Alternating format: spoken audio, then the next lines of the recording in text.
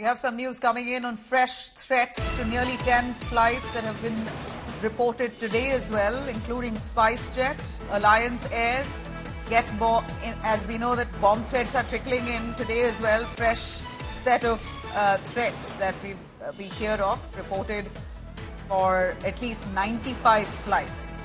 That's been recorded so far. In fact, operations have been hit. There's been unprecedented flight delays.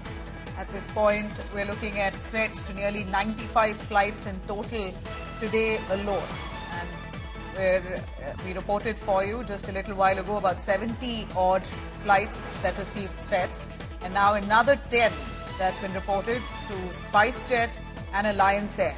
Both these airlines getting fresh bomb threats in the last hour. Threats now amounting to nearly 95 of them in one day. That's today. As we see, flights have been disturbed. Many diversions have happened. The protocol is for them to be scanning the flights, sanitize it before they actually continue with their journey, causing huge hundreds of crores of losses. All in all, the last week has been absolutely worrying for the Indian aviation industry. India Today's consulting editor Rajdeep Sardesai is speaking to Civil Aviation Minister Ram Mohan Naidu on the crisis that's gripped the aviation sector in India. 9 days, more than 170 flights operated by Indian carriers receiving bomb threats, mostly through social media. Is this seen to be part of some plot or conspiracy to disrupt air travel at this crucial period or to spread panic among air travelers? How is the government seeing it?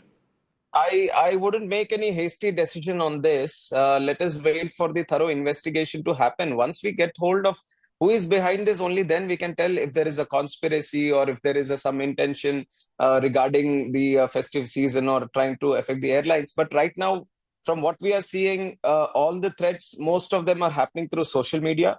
So we are trying to register the cases in proper channel through the protocol, and we are trying to catch whoever is behind this, because there is a lot of IT, internet involved in this. So let us get to the bottom of it and let's get hold of them, and then we can make a comment on this.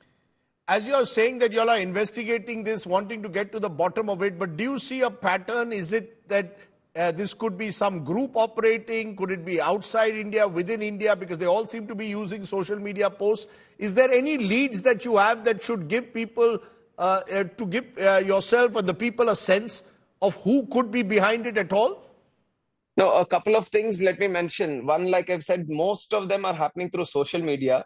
So we are trying to track them through the IP address. But one interesting thing, what happens is, even if the IP address shows that it comes from maybe some other country, they can be rerouted through the VPN.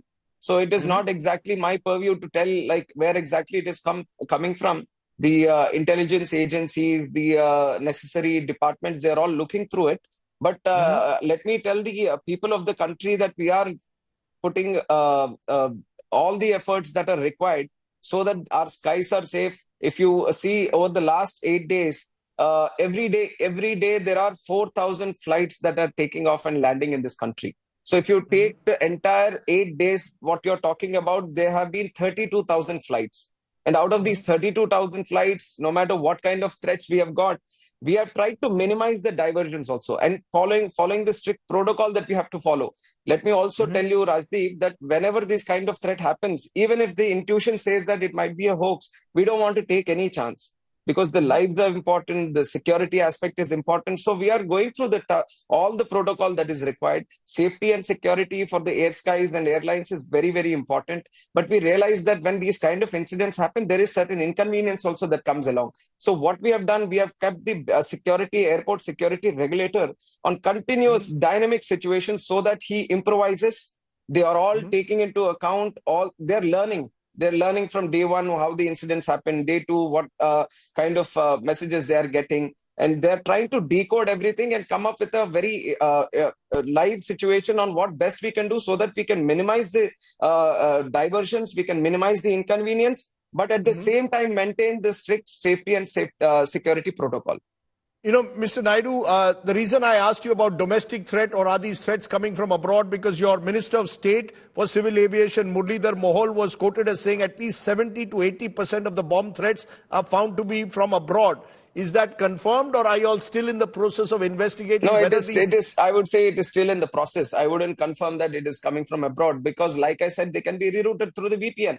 So unless Right. the investigation is done and the respective department tells me that, see, this is what has happened exactly, I don't want to make a comment on that.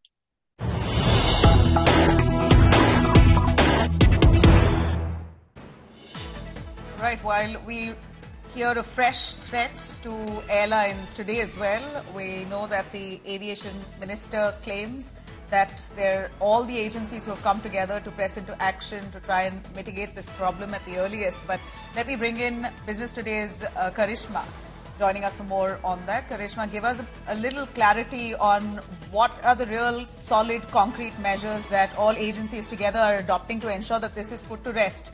Because this sudden surge is worrying, and the aviation minister says it's not in his jurisdiction to find out who's doing it, etc. All they can do is ensure that flights are thoroughly scanned. That's led to massive losses to the aviation. Well, Amila, absolutely right. If you look at the Civil Aviation Ministry, knowing the fact that the Indian aviation is a sector that's not ideally regulated in India, DGCA also just looks at the safety aspects when it comes to the airline taking off, landing, and making sure that the crew is sorted.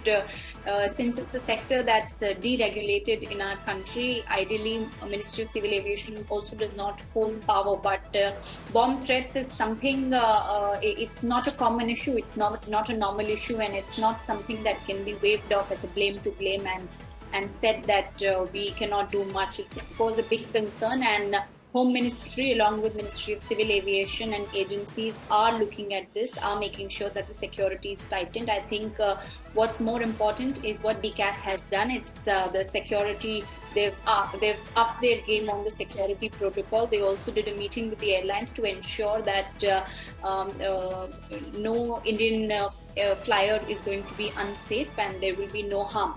I think the big question that we need to address is that how are we going to tackle this situation next week? Because next week is going to be the Diwali festive season where a lot of people are going to travel across India, and airlines will not be able to afford this delay. And of course, none of the complaints can be taken as a light-hearted complaint that probably some youngsters are doing it, or it's a prank, or it's a prank call being made by some of them, because it's a serious concern, despite the fact that now it's in such a huge number that we're not able to take a strict action on it directly.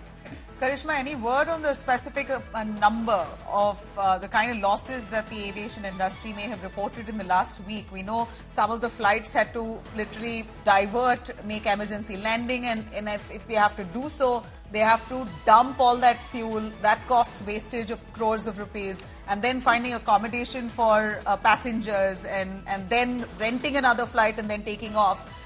One airline itself incurred nearly 30 million losses in a day with one threat. Any estimated losses that's been projected and presented before the aviation minister? Yeah, 30 million for one international flight is completely a doable loss. And while it's very easy for us to discuss this number here, for an airline that's growing and that's trying to get out of its red balance sheet, it's a big number to catch on. Now, we're picking up that the losses have closely been around 500 crores, not just for the diversions, but not just for the fuel burning and the diversions, but also the fact that delays have caused the other flights to be pushed, and they had to cancel a few flights, they had to push back a few flights, they had to get extra resources on board. So it's a very big loss for an industry like aviation in India, which is already battling turbulences for some time. If you see the balance sheet, except Indigo, all airlines still have a lot of work to do. So it's not a good news at all. Absolutely. 500 crores and counting. In the latest 95 flights that have received hoax bomb threats yet again today. Thanks very much, Karishma, for bringing us that information. We will continue tracking this story.